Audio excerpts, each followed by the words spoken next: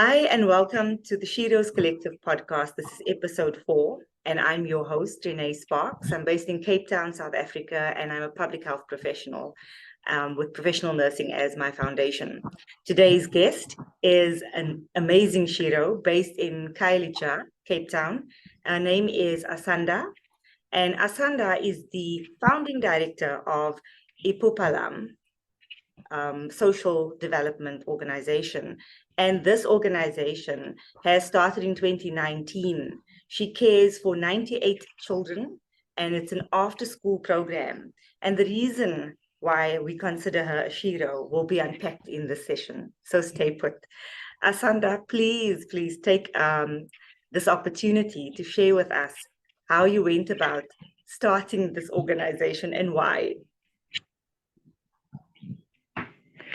Good morning, Rennie. Good morning, everyone. My name is Asanda, as Rennie mentioned.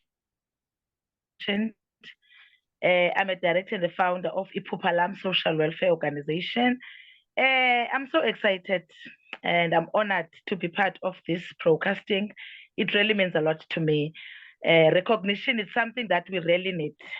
It shows that the community and the surroundings, they have noticed what we are doing. Coming to your question, Renee, really it's a surprising to everyone when I'm responding to this question, because my previous background, I was a nurse. I was a nurse for quite I think I've worked for 2 years as an NNA under charisma agencies.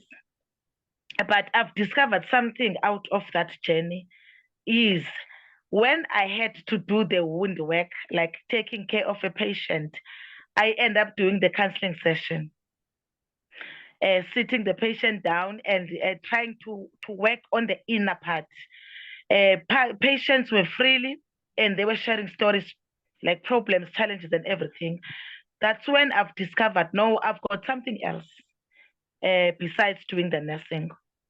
So I've discovered, and I went back to school and I've studied a social auxiliary worker.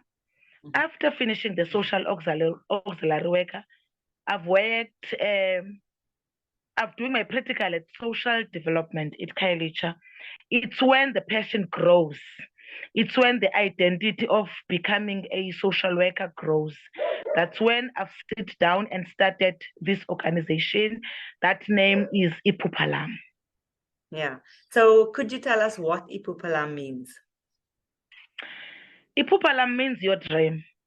Imagine. It means the dream from being an ENA to moving on to being a social auxiliary worker and then to starting your own organization. That's incredible.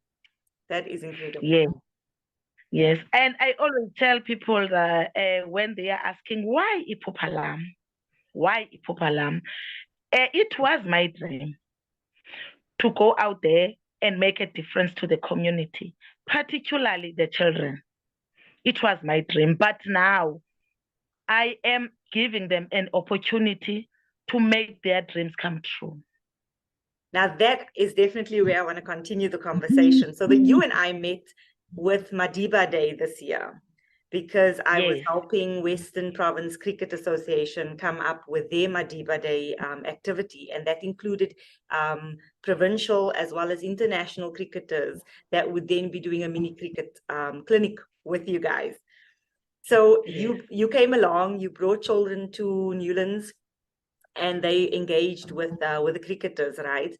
But what struck me, this was the first time we actually met. What struck me was that someone had been speaking to me, Shalene, our friend, had been speaking to me about you before even this event.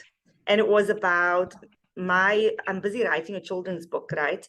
And I was looking for a group of children that would be able to kind of I could read it to, and they could help me with the artwork, and we could kind of co-create this book. And this is how I came about hearing about you the first time. So this is what stood out for me.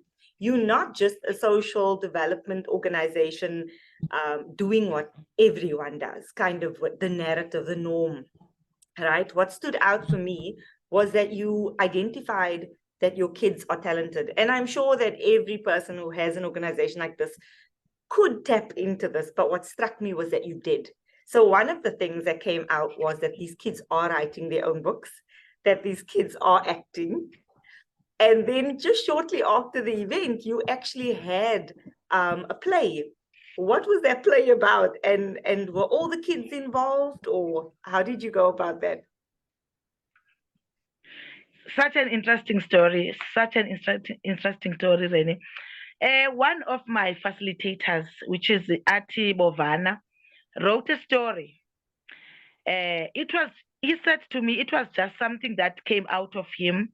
He just took a pen and write this story. After writing the story, he was introducing this story to me. And I said to him, no, you know what? Let's give it a try to these kids if they can do acting. Because I always believe, Rennie, most of my kids, they were referred to me as the slow learners. That was the referrals, yeah. So I'm totally against that because there's no such. I really don't believe in that. It's just that these kids need a space where they can demonstrate what they're really good at. Because not everyone is good with academically. Yeah. Some of them, they've got talents. They can do things. Yeah. It was very amazing to me when I've just sit down with them and the teacher is explaining the story to them and they jump into it and they perform. Everyone who was part of the event, it was the amazing work. And it was the first time doing it, but I always believe on giving my kids a chance so that we can do away to this word of saying these kids are slow learners, they can't cope. Yes, some of them they can't, but there is definitely something that they are good at.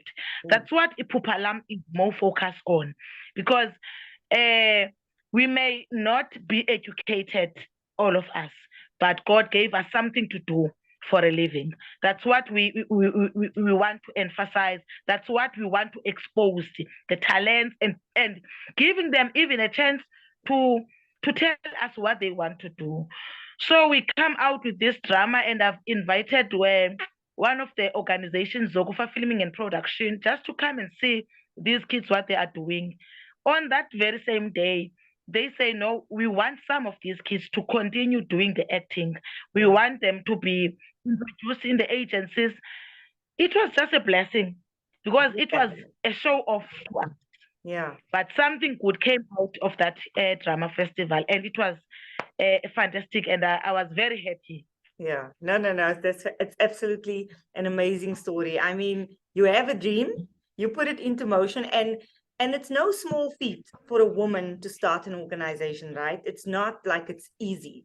It's hard work, and giving up a steady income to then do something that you're passionate about is really, really commendable. But what stands out to me about your whole conversation is the fact that you didn't just stop with this is aftercare, we're going to work on your schoolwork. You've actually tapped into each child's talent, as you've said. You've identified their talent and you have made work to find platforms where they can showcase their talent, where they can be seen. So, I mean, the organization that you spoke about now, the filming organization that showed up at your drama festival, did you sit and plan who you were going to invite, like strategically? Was that your idea, that you'd have these people coming and hopefully they'd be like scouting?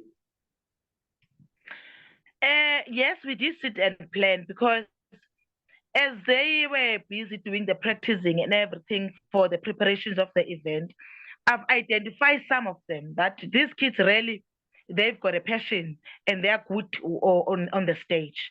So let me go and search around who I can partner with so that they can get the exposure. It's when I've met up with Mr. Bongan from Zofuka Filming and Production, and I've tell him the story of what was going on, and they were interested. So they said, no, we will come and we will take a look. We'll take it from there. Okay. And so yes, I did look strategically at who you invited. Yeah. Yes. Oh, that's amazing. And then to crown it all, on Friday, they honored you for Women's Month. Is that right? You showed up.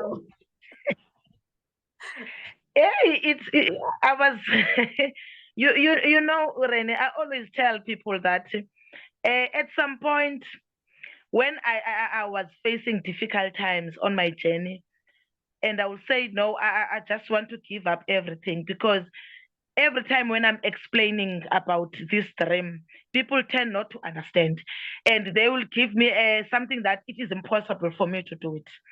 But I always go back to my kids, and when I'm going back to them, they will lift me up. They will give me strength. They will give me reasons to continue, regardless of the challenges that I'm facing at the moment. So last Friday, it was like a dream even for me, because I thought I was not ready to be honored. I thought there's still more things that I need to do for this community. But there were certain people that they were watching me while I was doing my work, and they say, no, I need to be appreciated. So Pamela Zokufa invited me in a meeting and said, no, Asanda, I want to collaborate with you because I've noticed what you are doing. And I also want, when your kids grow up, to come and join us, because I'm doing the very same thing that we are doing, but the difference is the age. So can we do something together? But she didn't told me that we want to honor you on that day on behalf of women. And I said, no, it's fine, because I really believe in collaboration. I really believe in working with other organizations. On Friday, boom, they were telling me, no, everything was meant for you. We want to honor you. We want to appreciate you. Even my kids sang for me. It was so emotional. It was so heartwarming. It was so giving me that energy of saying, continue. We are proud. We are behind you. It is possible. So I was very emotional, and I say to my family, to my husband, we need to appreciate each and every moment, because what we are doing, it's not easy.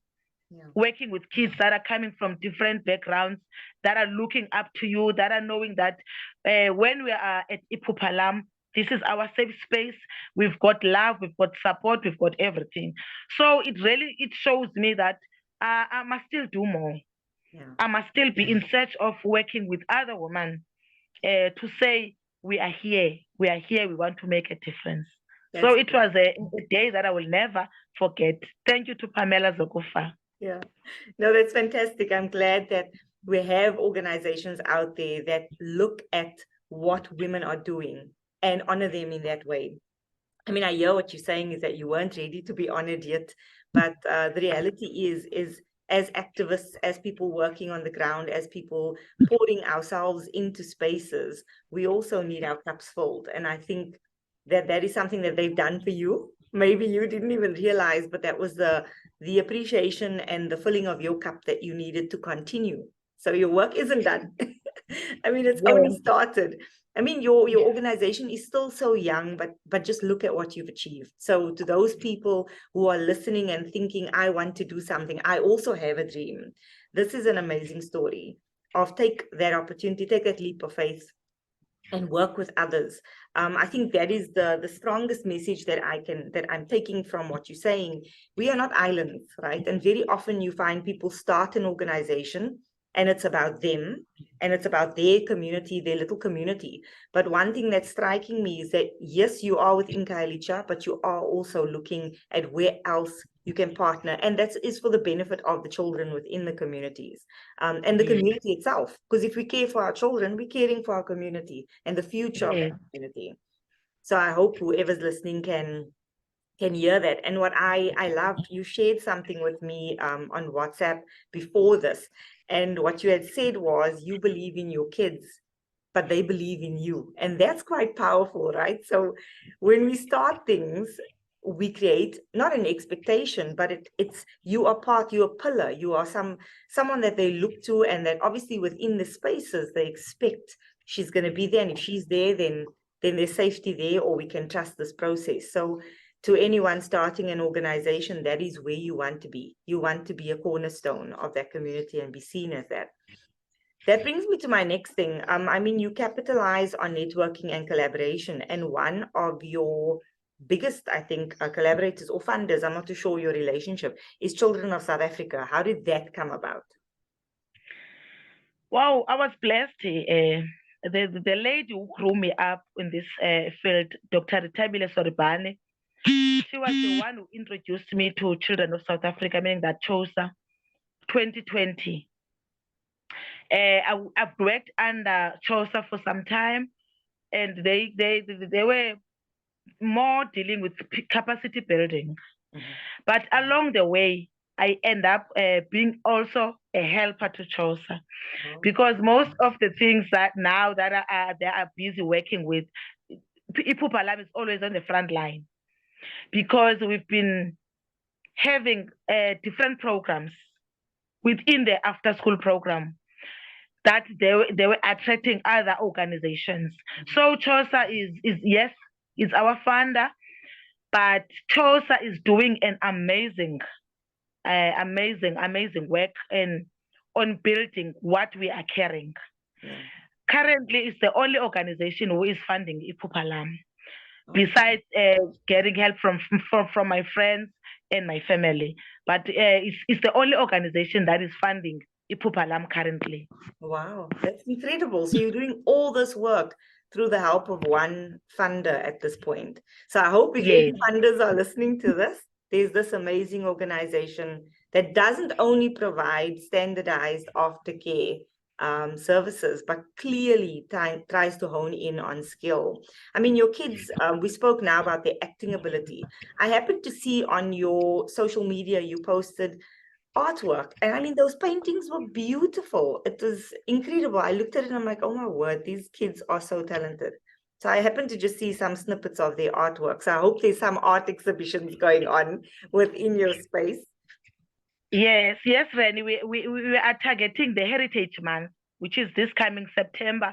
We'll be doing an exhibition day where I want to expose also those kids that are good in acting, in art, drawings, paintings, doing beadwork. There are so many things that we are doing. As I've mentioned it before, they just need a space to demonstrate what they are good at. That's what we are best in doing, to identify. We are really good on that one. So this coming September, we'll be hosting an exhibition day specifically for those kids that they are doing art. We'll be showing... You've just gone mute. To join the exhibition, but we'll do the posters and let people know that on such day we'll be here and doing the exhibition for the art groups. Okay. Are there any platforms that anyone listening, is able to kind of go to find out what you're doing? Do you have social media platforms for Iphupha Lam? Yes, currently we are only on Facebook at Iphupha Lam Social Welfare Organization. We are really in need of creating a website because it's a big challenge for us. Now that I've mentioned, we are only getting funding from CHOSA. We ask anyone who is willing to come and help us to create our website, because sometimes it's a struggle to do the applications, because some they require us to have a website. But currently we are on WhatsApp, we are on Facebook page, we are on TikTok. Oh, okay. Yeah, and that is so important. So I hear you. When funders ask you to kind of submit a proposal, they also want to see the website. And I mean, from what I've seen just on your WhatsApp, you've got such a lot of content in terms of the artwork, the build up to this heritage art exhibition, the build up you had to your drama festival. I mean, these are incredible things. I can't actually wait to see how more of them kind of unfold. And you're also bringing different people into Khayelitsha. I mean, Khayelitsha itself has got these various narratives that go about there, but I think the bottom line is you bring other stakeholders into the space to see this is a normal town. These are people. These are people with talents, and I love that. I love the fact that it's not like you've taken your kids out of their own space into this other space so that they can showcase their talents there. I think that's also important to anyone who's doing development work in areas that are considered unsafe, or where you're thinking, oh, people won't come. Show people in the spaces that they actually live, because that is important as well. And I love the fact that you're giving these kids their own dream and their own hope, and you're busy fueling that. So it's so much more than just an after school program. And I think that is exactly why I'm even honoring you today to be able to say this is incredible work you're doing, and for such a short period. Last week, we met Zanele Sekiso, who's a professional nurse and uses TikTok to share HIV messaging. And here today, without knowing, because I didn't know about your nursing angle, I just want to echo, look at what you can do. You don't have to be fixed into one little thing. I mean, you speak about working for an agency, and I know how tiring that is. But then moving on to your dream and studying further and doing something different. So I mean, you used it as a springboard to the next level, and well done to you on doing that. If you had one message that you could give any other woman wanting to do this, or that's actually already started something like yours, what would that message be? Thank you, Renee. I'm challenging us as a woman, saying anything it is possible. Just believe in yourself. Anything it is possible, regardless of where you are coming from, what you are holding. If you are carrying a dream, anything is possible. That's the only words that I want to say. Yeah. No, thank you very much for that, Asanda. I think it goes without saying we have a lot of work to do out in our communities, and it doesn't matter whether you're in South Africa or on the continent, anywhere. We have the same struggles in terms of trying to build a future, and making sure that our youth are strong enough to kind of carry on the legacy work. We are only but structures and pillars to this, and we are hoping that they will build on that. And we can see it from the kids, the 98 kids. I mean, I met some of them at the event we had, and they were just really a lovely bunch and a lively bunch of kids, right? So yeah, fantastic work that you're doing, and please do keep on. We need Sheroes like you in every aspect of the work. And to anyone else, this has been the 4th episode of Sheroes Collective. We've met the amazing Asanda, who does incredible work in Khayelitsha with children. So to anyone out there with a dream, yeah, you've got it. She was able to do it. Thank you so much, Asanda, for your time. Thank you very much, Shannon, for honoring me. All the best also on your journey. Thank you very much. Please do like and subscribe and follow the Sheroes Collective. It's both on Spotify and YouTube. Thank you.